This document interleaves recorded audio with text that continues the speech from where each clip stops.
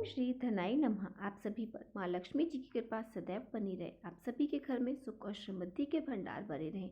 आज की वीडियो में हम माँ वैभव लक्ष्मी व्रत कथा का श्रवण करेंगे। प्रेम से बोलिए माता लक्ष्मी की जय हो। एक बार एक बहुत बड़ा शहर था। इस शहर में लाखों लोग रहते थे। पहले के जमाने के लोग साथ साथ रहते थे, एक दूसरे के काम आया करते थे। लेकिन नए जमाने के लोगों का स्वरूप भी अलग सा है। सब अपने अपने काम में मग्न रहते हैं। किसी की कोई परवाह नहीं। घर के सदस्यों को भी एक दूसरे की परवाह नहीं होती। भजन कीर्तन, भक्ति भाव, दया, मोह, परोपकार जैसे संस्कार कम हो गए। शहर में बुराइयां बढ़ गई हैं। शराब, जुआ, रेस, व्यभिचार, चोरी, डकैती आदि बहुत से अपराध शहर में बढ़ते जा रहे हैं। कहावत है, हजारों निराशा में एक आशा की किरण जरूर छुपी हुई होती है। इसी तरह इतनी सारी बुराइयों के बावजूद शहर में कुछ अच्छे लोग भी रहते थे। ऐसे अच्छे लोगों में शीला और उनके पति की गृहस्थी मानी जाती थी। शीला धार्मिक प्रवृत्ति की और संतोषी महिला थी। उसका पति भी विवेकी और सुशील था। शीला और उसका पति ईमानदारी से जीवन बिताते थे, किसी की बुराई नहीं करते थे और प्रभु भजन में अच्छे से अपना समय व्यतीत करते थे। उनकी गृहस्थी आदर्श गृहस्थी मानी जाती थी और शहर के सभी लोग उनकी गृहस्थी की सराहना करते थे।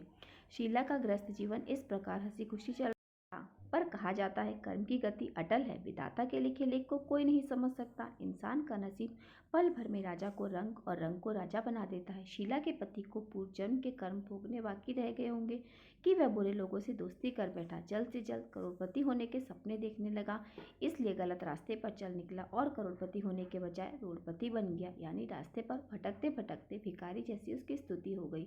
शहर में शराब, जुआ, रेस, चरस आदि बुराइयां फैली हुई थी। उसमें शीला का पति भी फंस गया।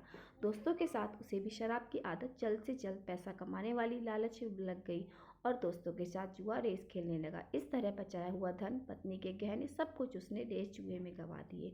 समय के बदलाव के साथ घर में दरिद्रता और भूखमरी फैल गई। सुख के बजाय घर में 2 वक्त के खाने के लाले पड़ गए। शीला को अब पति की गालियां खाने का समय आ गया। शीला सुशील और संस्कारी महिला थी। उसको पति के बर्ताव से बहुत दुख हुआ, किंतु भगवान पर भरोसा करके बहुत बड़ा दिल रखकर इस दुख को सहने लगी। और कहा जाता है कि सुख के बाद दुख, दुख के पीछे सुख आता ही है, इसलिए दुख के बाद सुख भी आएगा। ऐसे ही विश्वास के साथ शीला प्रभु भक्ति में लीन रहने लगी। इस तरह वह असहाय दुख सहते सहते प्रभु भक्ति में अपना समय बिताने लगी। अचानक एक दिन दोपहर में उसके द्वार पर किसी ने दस्तक दी। शीला सोच में पड़ गई कि मुझ जैसे गरीब के घर इस वक्त कौन आया होगा। फिर भी द्वार पर आए हुए अतिथि का सत्कार करना चाहिए, ऐसे आर्य धर्म के संस्कार वाली शीला ने खड़े होकर द्वार खोला तो देखा एक माँ जी खड़ी हुई हैं। वे उम्र में बड़ी लगती हैं, किंतु उनके चेहरे पर अलौकिक तेज दिख रहा है। उनकी आंखों में से मानो अमृत बह रहा हो।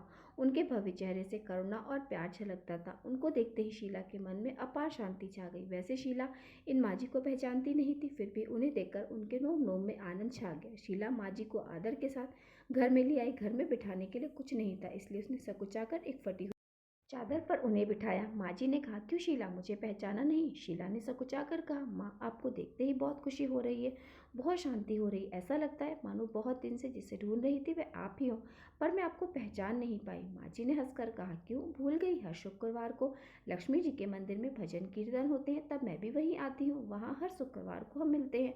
पति जब से गलत रास्ते पर चला गया तब से शीला बहुत दुखी हो गई थी और दुख की मारी वह अब लक्ष्मी जी के मंदिर में भी नहीं जाती थी। बाहरी लोगों के साथ नजरें मिलाने में उसे शर्म आती थी और उसके दिमाग पर जोर दिया तो उसने माँ जी याद नहीं आ पा रही थी। तभी माँ जी ने कहा, तू लक्ष्मी जी के मंदिर में कितने मधुर भजन गाती थी, अभी तो दिखाई नहीं देती थी, इसलिए मुझे लगा कहीं तू बीमार तो नहीं, यही सोचकर तुमसे मिलने आई। माँ जी के अति प्रेम भरे शब्दों से शीला का हृदय पिघल गया। उसकी आंखों में आंसू आ गए। माँ जी के सामने बिलक बिलक कर वह रोने लगी। यह देख माँ जी शीला के नजदीक आई और उसे सिसकती पीठ पर प्यार भरा हाथ फेर कर उसे सांत्वना देने लगी। माँ जी ने कहा, बेटे, सुख और दुख तो धूप छांव जैसे होते हैं। सुख के पीछे दुख आता है तो दुख के पीछे सुख भी जरूर आता है। धैर्य रखो बेटे, और तुझे क्या परेशानी है? अपने दुख की बात मुझे सुना, तेरा मन हल्का हो जाएगा और तेरे दुख का उपाय भी मिल जाएगा। माँ जी की बात सुनकर शीला के मन को शांति मिली। उसने माँ जी से कहा, माँ जी, मेरी गृहस्थी भरपूर सुख और खुशियों से भरी थी। मेरे पति भी सुशील थे। अचानक हमारा भाग्य हमसे रूठ गया। मेरे पति बुरी संगति में फंस गए और बुरी आदतों के शिकार हो गए और अपना सब कुछ गंवा बैठे। अब हम रास्ते पे भिखारी जैसे बन गए। यह सुनकर माँ जी ने कहा, ऐसा कहा जाता है कि कर्म की गति न्यारी होती है। हर इंसान को अपने कर्म भुगतने ही पड़ते हैं, इसलिए बेटी तू चिंता मत कर। अब तू कर्म भुगत चुकी है, अब तुम्हारे सुख के दिन अवश्य आएंगे। तुम जो माँ लक्ष्मी जी की भक्त हो, तो माँ लक्ष्मी जी तो प्रेम और करुणा की अवतार है, वे अपने भक्तों पर हमेशा ममता रखती हैं। इसलिए तू धैर्य रख, महालक्ष्मी जी का व्रत कर, इससे सब कुछ ठीक हो जाएगा। माँ लक्ष्मी जी का व्रत करने की बात सुनकर शीला के चेहरे पर चमक आ गई। उसने माँ जी से पूछा, माँ पहले ये लक्ष्मी जी का व्रत कैसे किया जाता है, वह अब मुझे समझाएं, मैं ये व्रत अवश्य करूँगी। माँ जी बोली, बेटी महालक्ष्मी जी का व्रत बहुत सरल है, उसे वरलक्ष्मी या वैभव लक्ष्मी व्रत भी कहा जाता है। यह व्रत करने वाले की सब मनोकामनाओं को पूर्ण करता है, वह सुख संपत्ति और यश प्राप्त कराता है। ऐसा कहकर माँ जी वैभव लक्ष्मी के व्रत की विधि कहने लगी। बेटी वैभव लक्ष्मी व्रत तो सीधा साधा व्रत है, किंतु कई लोग इस व्रत को गलत तरीके से करते हैं, इसलिए उसका फल नहीं मिलता। कई लोग तो सोने के गहने की हल्दी कुमकुम से पूजा करो बस व्रत हो गया, पर ऐसा नहीं होता। कोई भी व्रत शास्त्रीय विधि से करना चाहिए, तभी उसका फल मिलता है। सच्ची बात तो यह है कि सोने के गहनों का विधि से पूजन करना चाहिए। व्रत की उद्यापन विधि भी शास्त्रीय विधि से करनी चाहिए। वह व्रत शुक्रवार को करना चाहिए। प्रातः काल स्नान करके स्वच्छ कपड़े पहनो, सारा दिन जाप करो, महालक्ष्मी जी का स्मरण करते रहो, किसी की शिकायत नहीं करनी चाहिए। शाम को पूर्व दिशा में मुंह करके आसन पर बैठ जाओ, सामने चौकी रखो, उस पर रुमाल रखो, रुमाल पर चावल का छोटा सा ढेर करो और उस पर पानी से भरा हुआ तांबे का कलश रखो या फिर एक कटोरी रखो। उस कटोरी में सोने का गहना रखो, सोना का ना हो तो चांदी का भी चलेगा, चांदी ना हो तो नकद रुपया भी चलेगा। बाद में घी का दीपक जलाकर धूप जलाकर रखो। महालक्ष्मी जी के बहुत स्वरूप है, महालक्ष्मी जी को श्री यंत्र अति प्रिय है, इसलिए वैभव लक्ष्मी व्रत में पूजन विधि करते समय सबसे पहले श्री यंत्र और लक्ष्मी जी के विविध स्वरूपों का सच्चे दिल से दर्शन करो। उसके बाद महालक्ष्मी स्तवन पाठ करो। बाद में कटोरी में रखे हुए गहने को या रुपए को हल्दी कुमकुम और चावल चढ़ाकर पूजा करो। लाल रंग का फूल चढ़ाओ। शाम को कोई मीठी चीज बनाकर उसका प्रसाद, अगर ना हो तो शक्कर या गुड़ भी चलेगा, आप माता को भोग लगाओ। फिर माता की आरती करके 11 बार सच्चे मन से जय महालक्ष्मी बोलो। बाद में 11 या 21 शुक्रवार यह व्रत करने का दृढ़ संकल्प माँ के सामने करो और आपकी जो मनोकामना हो पूरी करने की माँ लक्ष्मी से विनती करो। फिर माँ का प्रसाद बांट दो और थोड़ा प्रसाद अपने लिए रख लो। अगर बाद में शक्ति हो तो आप सारा दिन उपवास रखो और सिर्फ प्रसाद खाकर शुक्रवार का व्रत करो। यदि शक्ति ना हो तो एक बार शाम को प्रसाद ग्रहण करते समय भोजन ग्रहण कर लो और अगर थोड़ी शक्ति भी ना हो तो आप 2 बार भोजन भी कर सकते हो। बाद में कटोरी में रखा गहना या रुपया ले लो, कलश में रखा हुआ जल किसी पौधे में डाल दो और चावल पक्षियों को डाल दो। इसी तरह शास्त्रीय विधि से व्रत करने से उसका फल अवश्य मिलता है। इस व्रत के प्रभाव से सब प्रकार की विपत्ति दूर होती है। आम आदमी जो होता है वो धनवान बन जाता है, संतान का हो उससे संतान प्राप्ति होती है, सौभाग्यवती स्त्री का सौभाग्य अखंड रहता है, कुंवारी लड़की को मन भावन पति मिलता है।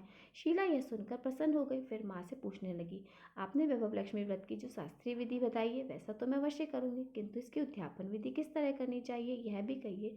माँ जी ने कहा, 11 या 21 जो मन्नत मानी हो उतने शुक्रवार यह वैभव लक्ष्मी व्रत पूरी श्रद्धा और काम भावना से करना चाहिए। व्रत के आखिरी शुक्रवार को खीर का नैवेद्य रखो, पूजन करो। हर शुक्रवार को जैसा करते हो वैसे ही करना चाहिए। पूजन विधि के बाद श्रीफल फोड़ो और कम से कम 7 कुंवारी या सौभाग्यशाली स्त्रियों को कुमकुम का तिलक करके वैभव लक्ष्मी व्रत की एक एक पुस्तक उपहार में देनी चाहिए।